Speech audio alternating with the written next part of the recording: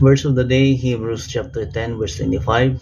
Not forsaking the assembling of ourselves together, as the manner of some is, but exhorting one another, and so much the more as you see the day approaching.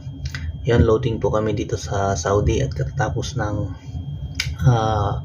duty ko. So, minsan dito sa barko, hindi natin maiwasan na magtrabaho maski linggo, lalong-lalo na sa pagganitong operation at sa mga emergency.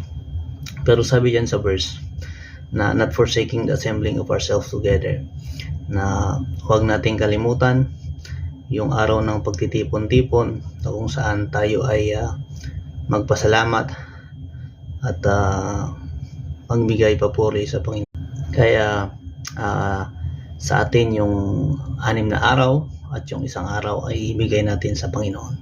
So God bless po.